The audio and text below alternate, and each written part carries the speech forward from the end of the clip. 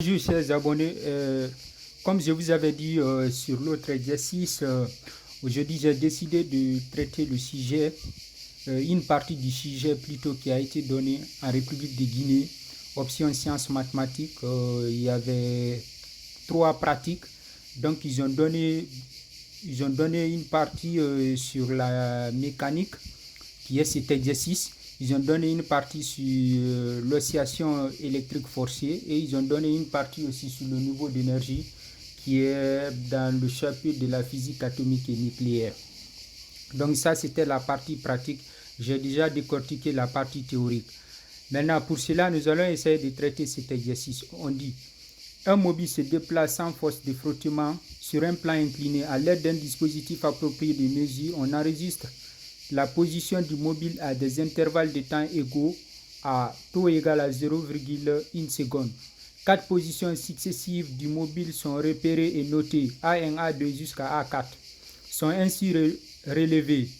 Les distances mesurées à partir de la position A1 sont les suivants: A1, A2 12 cm, A1, A3 26,4 cm, A1, A4 43,2 cm. On choisit comme origine des temps l'instant du départ du mobile correspondant à t égale à 0 avec une vitesse initiale nulle.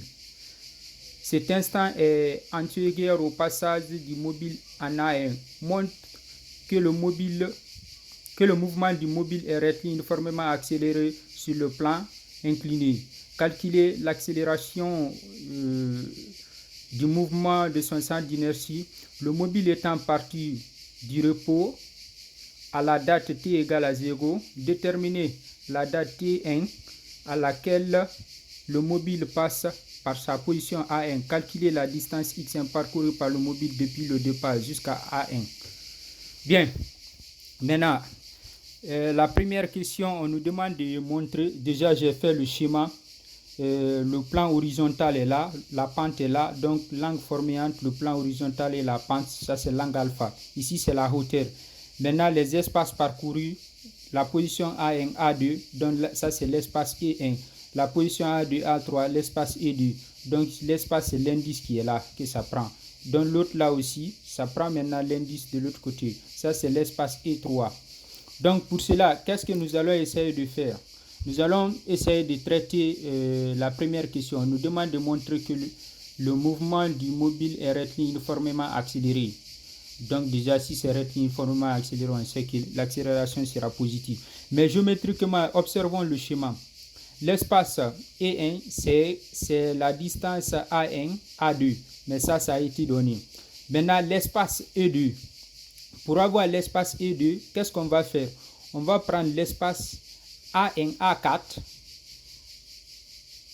Regardez le schéma. L'espace A1, A4 moins, parce qu'on a besoin de l'espace de A1 à A3. Donc, c'est égal à quoi? A1, A4 moins A3, A4.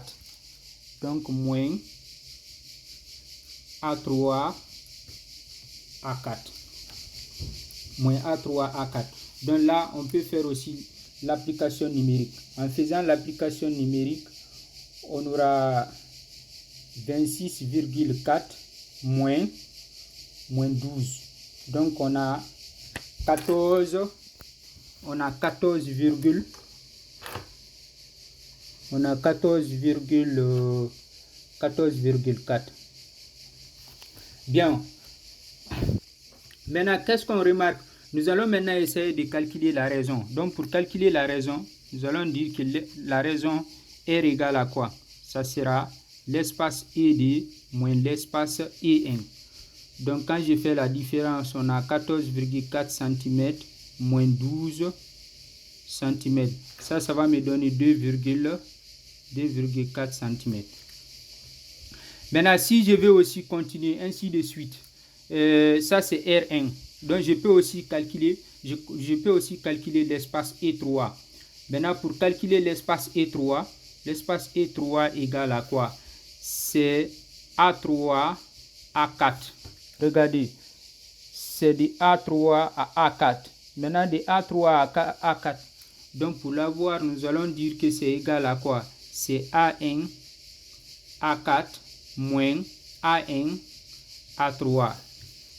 Je calcule maintenant l'espace E3 égale, l'espace E3 va nous donner déjà A1, A4. A1, A4, on a dit que c'est 43,2 cm moins 26,4 cm. Donc, bon, pour calculer ça, nous allons dire que c'est égal à, bon, ici ça fait 12 ôté de, ça va rester là-bas 3. Donc, après il y aura un de retenu, ici ça fait 27. 27 pour arriver à 30, ça sera 3. Maintenant de 30 à l'autre là, donc c'est 16. Donc ça fait 16,3 cm. Maintenant on peut aussi calculer, bon, notons ça comme la raison R2. Ici on aura E3 moins E2. Donc en calculant, on aura ici E3 c'est 16,3 moins 14,4. Donc ici, déjà ici ça fait 13 ôté de 4. 13 ôté de 4. Bon, quand on fait la différence, bref, on aura aussi 2,4 cm. Bien, puisqu'on a 2,4 cm, comme on a 2, ici ça fait 12 ôté de, ici ça sera 8, je m'excuse, ça sera 8. Donc ici ça sera 8. Donc ça va nous donner 2,4. Là ça passe. Maintenant qu'est-ce que nous constatons? Nous constatons que les raisons, on constate que R1 égale à R2 et si on continue aussi c'est égal à R3. Donc ce qui est égal à quoi? À 2,4 cm. Donc puisque les raisons, les espaces parcourus selon les raisons, ce sont les mêmes, les valeurs là sont identiques. Donc cela nous montre que c'est un mouvement rectiligne uniformément accéléré. Parce que déjà les espaces parcourus ici, il y a une constante déjà qui s'impose. Donc nous allons dire le mouvement est rectiligne uniformément accéléré. Donc en gros c'est ça. Maintenant la deuxième question, on nous a demandé de calculer l'accélération. Donc calculons A. Donc là nous allons essayer de passer par quoi? La progression arithmétique. Donc par définition R égale à tau au carré. Et puis je tire A égale à R sur tau au carré. Donc A égale R, on a dit que c'est 2,4, mais ça va donner 10 exposant moins 2, le tout sur 0,1, ça fait 10 exposant moins 1, le tout au carré. Donc, bref, A égale à 2,4 mètres par seconde au carré. Donc, c'est ce qu'il fallait calculer. Maintenant, la troisième question, 3 petit a. Calculons T1. Maintenant, pour calculer T1, on a dit quoi? En A1, on a la distance x1 égale à 1 demi de A T1 au carré. Parce que l'accélération est constante, donc je ne vais pas mettre A1. Et si je prends aussi la distance x2, c'est égal à 1 demi de quoi? De A, maintenant T2 au carré. Or, je sais que quoi? L'espace, pour avoir l'espace parcouru, qu'est-ce que je vais faire? Je vais essayer de calculer d'abord. Je vais prendre la distance, par exemple, de A1 à A2. A1, A2, c'est égal à la distance x2 moins la distance x1. Donc, quand je fais la différence entre les deux, j'ai 1 demi de A T2 au carré moins 1 demi de A T1 au carré.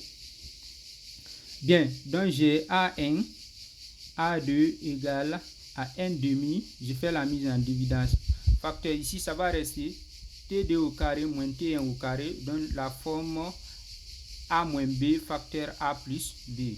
Donc facteur ici, TD plus T1. Bien, maintenant d'après l'énoncé nous a dit quoi?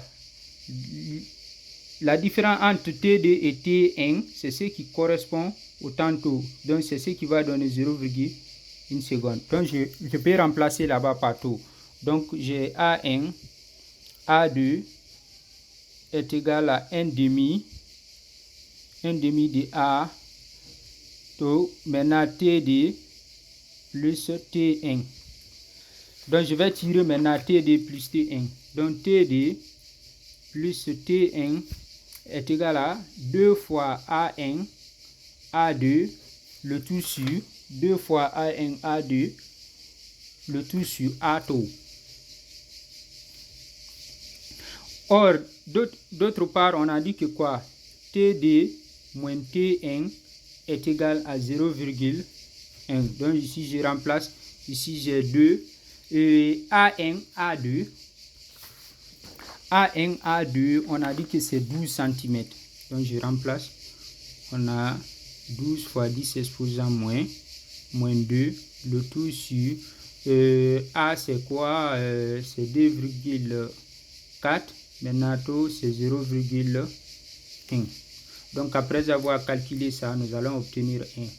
On a maintenant un système ici. J'ai TD plus quoi? T1. Et ici, TD moins T1 est égal à 0,1. Tandis que de l'autre côté, ici, on a 1. Donc, on peut passer par la méthode de combinaison en multipliant la deuxième équation, le tout par moins. Donc, quand je multiplie la deuxième équation, le tout par moins, donc la somme des deux là, ça va donner 2T1 est égal à 1 moins 0,1. Donc, T1, ça va nous donner ici 0,9 divisé par 2. Donc, T1, ici, on aura 0,45 secondes. Donc, si on veut, on va dire que T1 est égal à 450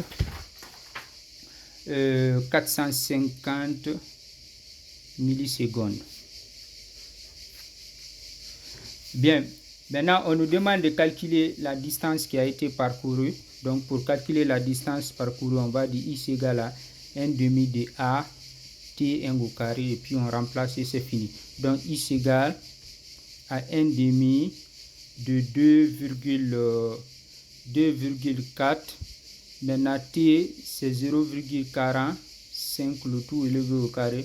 Donc x1 est égal, bon, ça va donner 0,243 mètres. Donc si on veut convertir maintenant, x1 est égal à 24,3 cm. Donc c'est ce qu'il fallait faire. Bon, ça c'est le corrigé abrévié, mais c'est juste pour préparer les futurs candidats parce que les autres ont déjà fait ça.